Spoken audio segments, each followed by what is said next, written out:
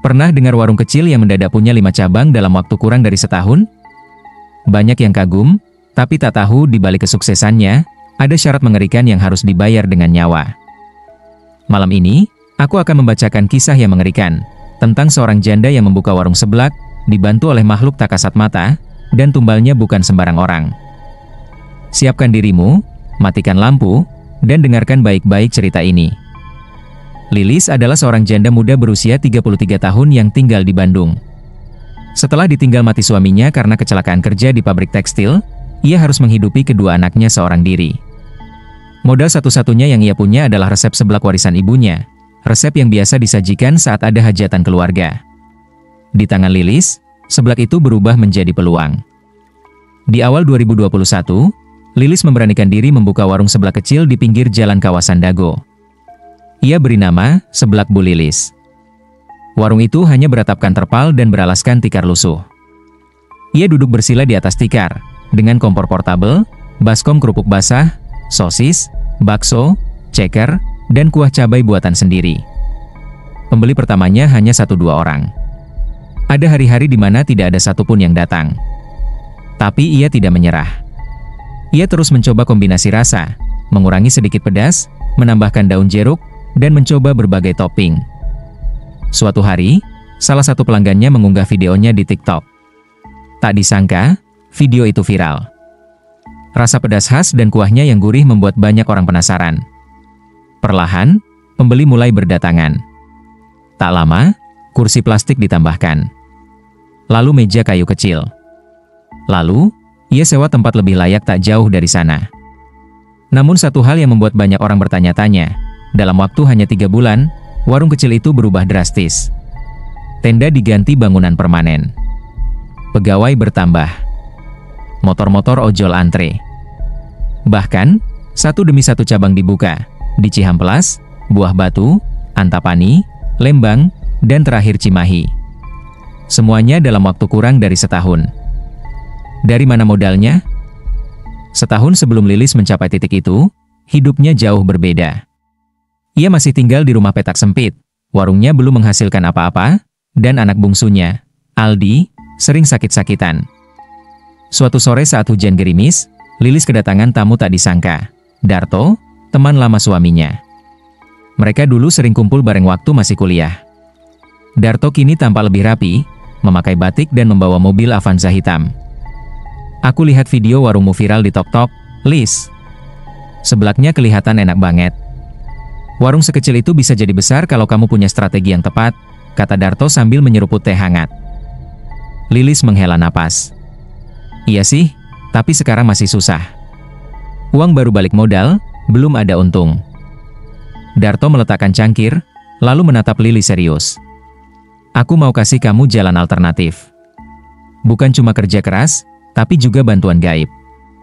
Ada orang yang aku kenal, dia bisa bantu warungmu laris luar biasa. Tapi kamu harus siap terima syaratnya. Lilis langsung menolak. Ia tahu soal pesugihan dari cerita-cerita seram di kampung. Namun 2 bulan kemudian, Aldi dirawat di rumah sakit karena infeksi saluran pencernaan.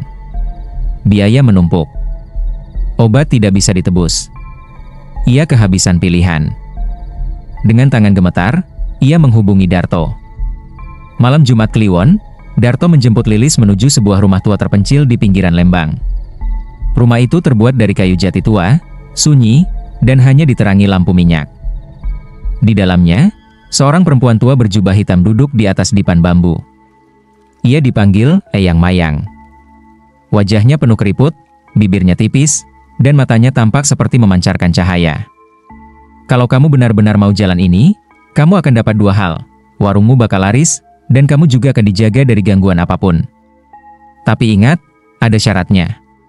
Dan kamu harus patuh sepenuhnya, ucapnya dengan suara berat dan tajam. Syaratnya apa, Eyang? Tanya Lilis pelan. Setiap Jumat Kliwon, kamu harus menyediakan 1 ekor ayam bekaka utuh. Letakkan di belakang dapur tempat usahamu. Jangan pernah lupa, ujarnya tajam. Lilis mengangguk. Tapi Eyang Mayang belum selesai. 1 lagi. Setiap 6 bulan, kamu harus memberi tumbal. Cukup karyawan barumu yang jadi tumbalnya, Tapi jika kamu melanggar, anakmu akan menjadi gantinya. Lilis gemetar. Tapi ia berpikir soal Aldi yang masih terbaring di rumah sakit. Ia pun akhirnya menyanggupi. Setelah ritual itu dilakukan, perubahan datang secepat kilat. Seolah dunia berbalik arah dalam semalam. Warung seblak Bu Lilis yang semula sepi dan hanya dikunjungi segelintir orang, kini selalu penuh sesak. Setiap hari, antrean mengular sampai keluar warung. Orang-orang bahkan rela berdiri berjam-jam hanya untuk seporsi seblak pedas khas Bu Lilis. Video viral mulai bermunculan di TikTok dan Instagram. Para food vlogger dan influencer kuliner berdatangan, merekam, memuji, lalu mengunggah testimoni mereka yang memancing rasa penasaran publik. Uang mengalir deras seperti air bah. Setiap hari, laci kasir tak pernah kosong. Dalam waktu sebulan saja, Bu Lilis sudah bisa menyewa tempat yang jauh lebih besar di pinggir jalan utama, lengkap dengan tenda, kursi plastik berderet, dan papan nama menyala terang. 2 bulan berikutnya, ia membuka cabang kedua di kawasan ramai buah batu. 3 bulan berselang, cabang ketiga dibuka di Antapani, lebih megah, dilengkapi ruang ber-AC. Kesuksesan itu membuat Bu Lilis mulai merekrut pegawai. Awalnya 2, lalu 5, hingga akhirnya lebih dari selusin karyawan bekerja di bawahnya. Setiap kali ada karyawan baru, Bu Lilis selalu menyambut dengan hangat. Saat gajian pertama, ia tak pernah lupa memberi bonus kecil. Entah sebuah tas baru, sepatu bermerek lokal, atau ponsel Android murah. Wajah karyawan akan sumringah, merasa dihargai, merasa beruntung bekerja di tempat yang berkembang pesat. Namun tak lama kemudian, keanehan mulai terjadi. Satu persatu dari mereka mulai jatuh sakit.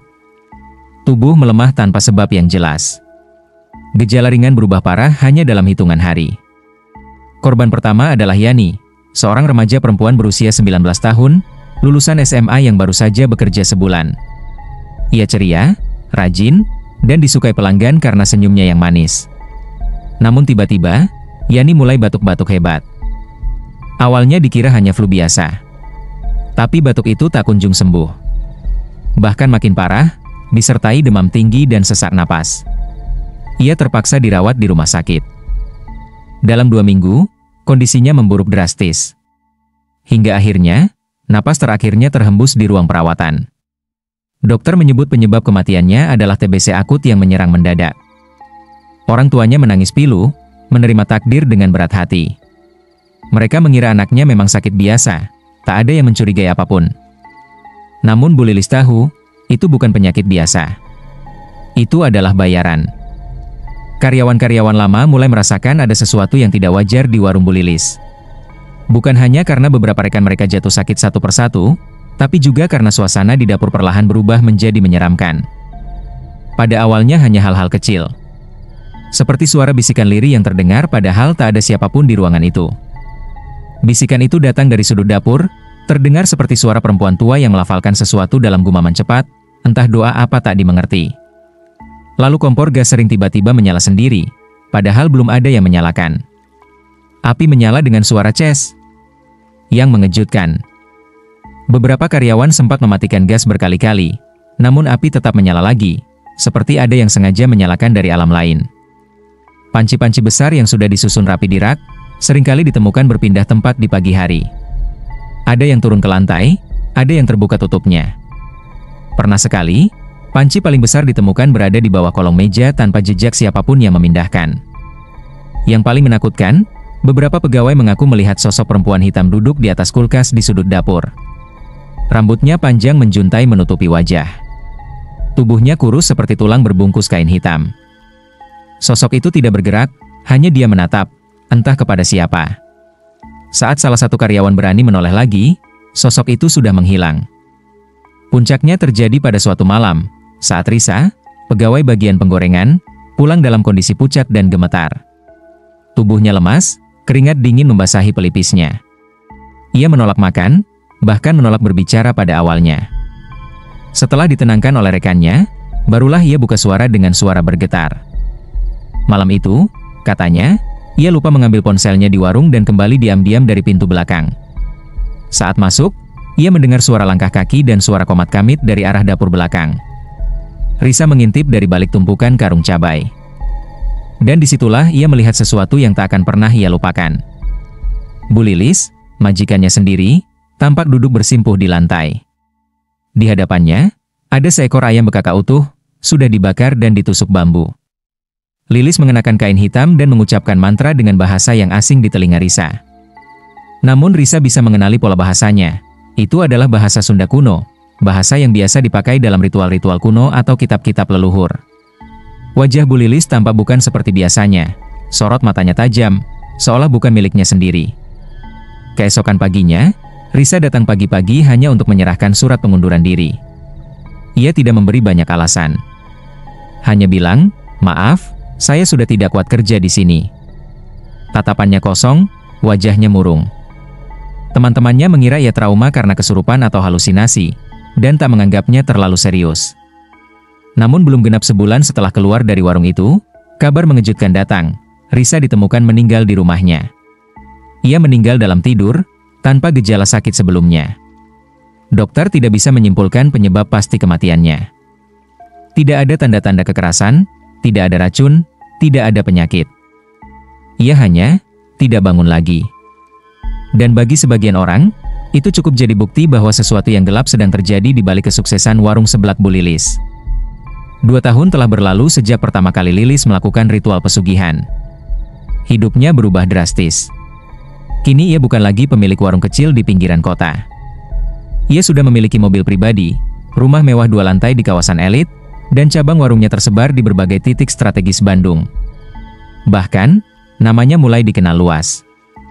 Beberapa kali ia diundang tampil di acara televisi kuliner lokal, membagikan kisah sukses yang penuh kebohongan. Tapi pada suatu malam yang sunyi, saat hujan turun rintik-rintik dan angin berdesir menelusup celah jendela, mimpi buruk itu datang kembali. Mimpi yang berbeda dari biasanya, lebih nyata, lebih menakutkan. Dalam mimpi itu, makhluk pesugihan yang pernah ditemuinya dulu muncul dengan wujud mengerikan. Tubuhnya hitam legam, matanya merah menyala, dan suara seraknya menggema di dalam kepala Lilis, seolah tak berasal dari luar melainkan dari dalam dirinya sendiri. "Sudah cukup kamu bermain aman, Lilis," desis makhluk itu. "Kau sudah terlalu banyak mendapat bagian. Sekarang waktunya kau membayar." Lilis mematung dalam mimpinya, tak bisa bergerak. Tapi makhluk itu mendekat, menunduk tepat di depan wajahnya, lalu melanjutkan dengan suara lebih dingin. "Anakmu, Aldi. Dia milikku." Lilis terbangun dengan teriakan keras. Tubuhnya basah oleh keringat dingin, napasnya terengah, dan jantungnya berdetak secepat genderang perang. Ia menatap sekeliling kamar dengan panik, memastikan Aldi masih tertidur di kamar sebelah. Namun keesokan paginya, ketakutan itu menjadi nyata. Aldi, putra sematawayangnya yang baru berusia 5 tahun, tiba-tiba demam tinggi tanpa sebab yang jelas. Wajahnya pucat, tubuhnya panas membara, dan ia menolak makan atau minum.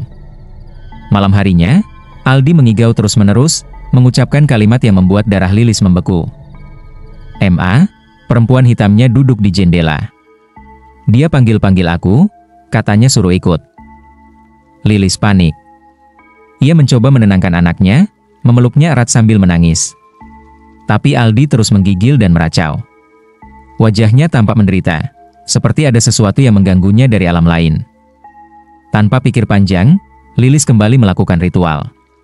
Ia mempersembahkan bukan 1, tapi 2 ayam bekaka sekaligus, dipanggang utuh, disiram minyak bunga kantil, dan diletakkan di altar dapur belakang tengah malam. Ia membacakan mantra-mantra dengan suara tercekat, berharap makhluk itu puas dan mengampuni anaknya. Namun pagi harinya, Aldi masih terbaring lemas. Demamnya tidak turun. Nafasnya tersengal. Dan matanya mulai kosong, seperti menatap sesuatu yang tak terlihat oleh manusia biasa.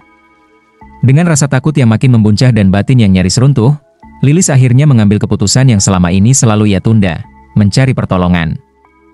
Ia pergi jauh ke daerah Garut, menyusuri kampung-kampung di kaki gunung, untuk menemui seorang ustaz tua yang terkenal karena keilmuannya dalam menangani gangguan gaib dan pesugihan hitam. Namanya Ustaz Rahmat. Wajahnya tenang, sorot matanya dalam, namun tajam seperti menembus isi hati.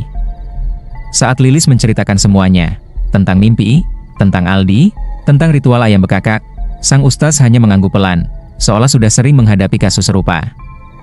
"Kau terlalu lama menunda tobat, Bu Lilis. Tapi kalau Allah masih beri jalan, kita harus coba," ucap Ustaz Rahmat lembut.